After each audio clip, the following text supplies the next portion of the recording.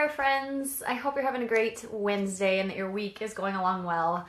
My name is Lindy Galt, for those of you who don't know me, and I was planning on jumping on and doing another live Q&A of the day and answering a question that I got.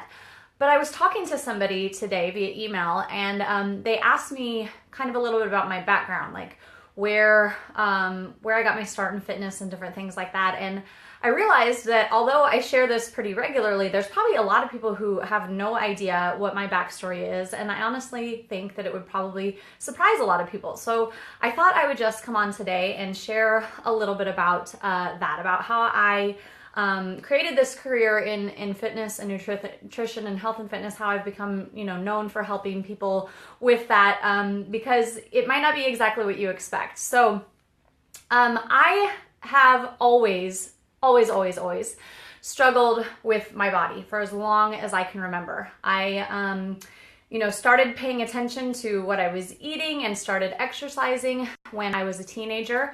I grew up with a sister who could eat whatever she wanted and never gain any weight, and I did not have that same genetic disposition.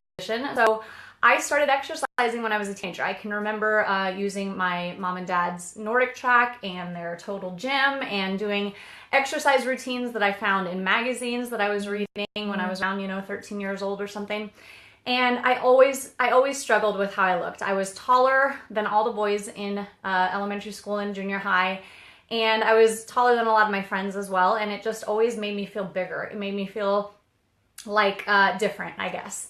And for girls, there's just a lot of emphasis on how you look and your size and all that kind of stuff. And I remember when I was in cheerleading in junior high,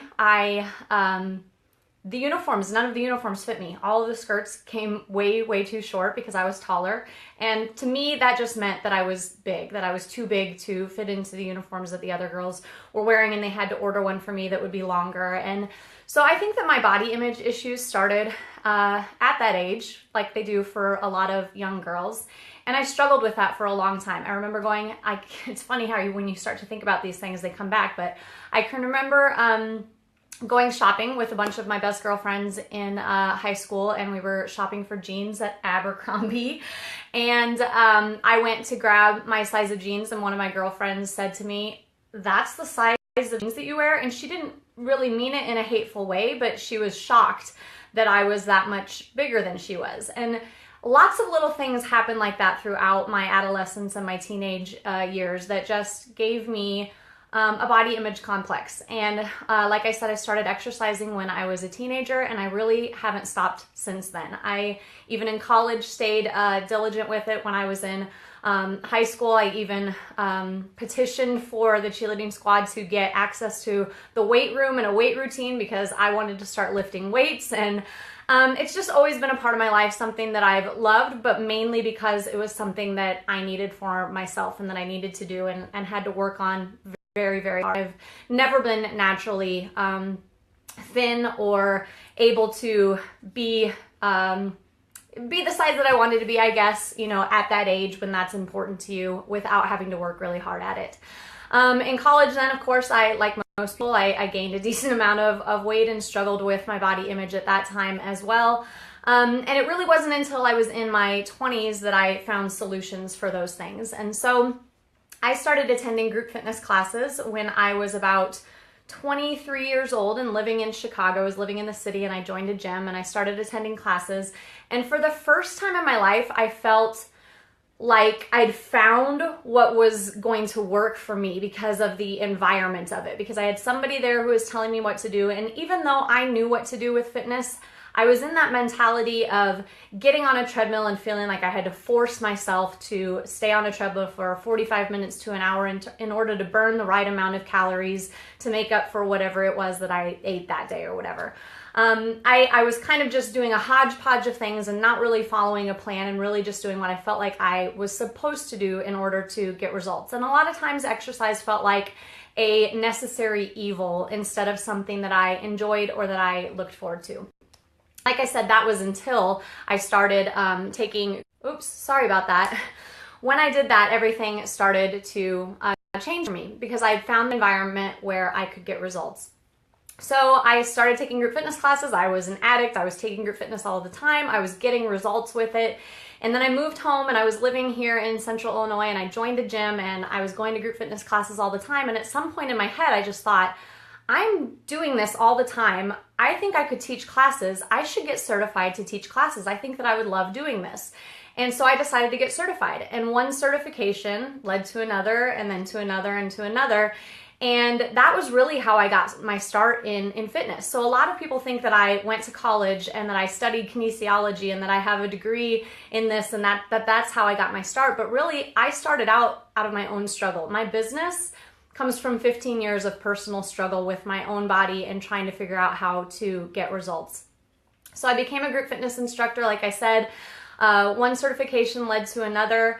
During my time there as an instructor, I was recruited to be the marketing manager, and I went on to be the director of that health club for about 4 years, which is really where I started to immerse myself more into the fitness industry, where I got a lot of my experience. But what I found was that my passion was helping other people like me to be able to get results, to actually see the fruits of their efforts. And I saw so many people joining a gym and leaving without having really gotten any kind of results. And the main thing that they were missing was accountability. They didn't have somebody who was holding them to it, who was supporting them, who was being their cheerleader and encouraging them and doing all those kinds of things. And I wanted to be able to do that for people. And so that is where my business came from. I decided to then start an online coaching business. I partner myself with the company Beachbody, which has changed my life. And that's when that was born, and that was 6 years ago. And through that process of being a coach, I realized the impact that I could have on people by sharing my story more. And instead of focusing on, what I knew in terms of fitness and nutrition, which is always very important, but that I could talk to them more about my experience and the things that I've learned along the way and the things that I've done that haven't worked and that have worked and all of that. And through all of that, my dream to open my own group fitness studio in my hometown was born, which happened about 4 years ago. So between those two things, running an online fitness business and having a physical studio where I'm able to lead classes and help women to enjoy fitness, I've been able to take the things that I struggled with and turn them into something that can serve other people. And I want to share this with you today because I want you to know why I'm so passionate about what I do.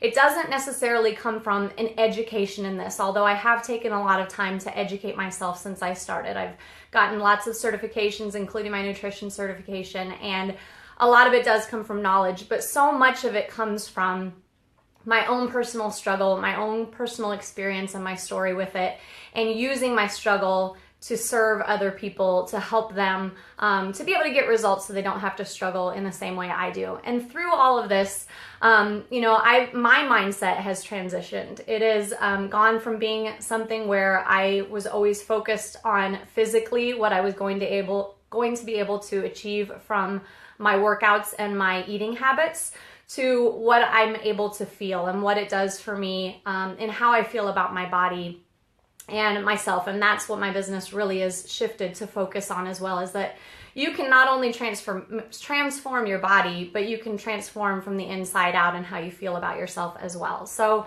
I wanted to share that because as I'm sharing lots of things about fitness and nutrition, and there's a lot of people on here who I don't have personal relationships with or who don't know my personal story, I wanted you to get the background of where I got my start and where it all really came from, which started when I was a teenager.